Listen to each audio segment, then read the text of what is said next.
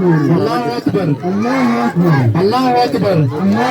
Egaa barattoota keenya wajjin turtii gaarii isiniin jenna. Bismillahi wa ala barakatillahi wassalatu wassalamu ala rasulillahi assalatu wassalamu alayka ya sayyidi ya rasulallah assalatu wassalamu alayka ya habiballah amma ba'd kota karaa gaarii gara quraana rabbii caalaa hundoolii maaltu siin dorgomaa yaa kalaama rabbii maaltu siin dorgomaa yaa kalaama rabbii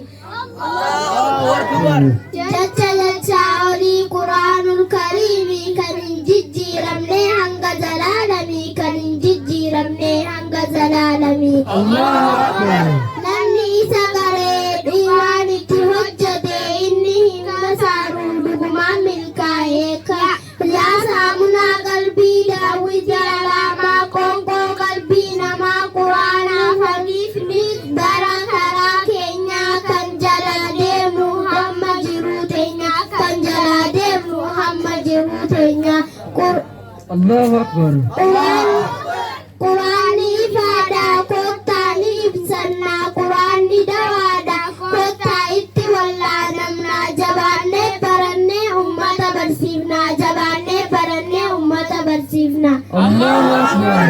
quraanni annisaa sammuu namaa cimsaa beekumsa dabarsaa muuxannoo gabaasaa muuxannoo gabbisa meeshaa qaroominaa hundee dagaaginaa ibsituu seenaa quraanaaf seenaa galmeessituu seenaa quraanaaf seenaa quraana holkaanaa riqicha tokkummaa mancaaftuu doofummaa cimsituu hawaasummaa farra wallaalummaa cimsituu hawaasummaa farra wallaalummaa ati buutee hin baddu kuftee hin caccabtu hattuun hin hatamtu mallaqaan hin argamtu karaa barbaadamtu mallaqaan hin argamtu akka barbaadamtu Allahu Akbar. hirmoo barbaraa ibsaana maraa siidaa umrii dheeraa nooruus hin jenneerra kan jabaatee baratee ijaa qalbii banatee quraana hubatee ija jiruu ofii tolfatee quraana hubatee quluu ofii tolfatee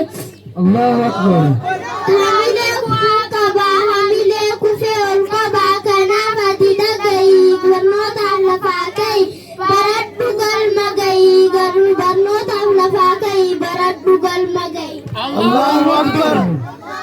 Allahu Akbar. Allahu Akbar.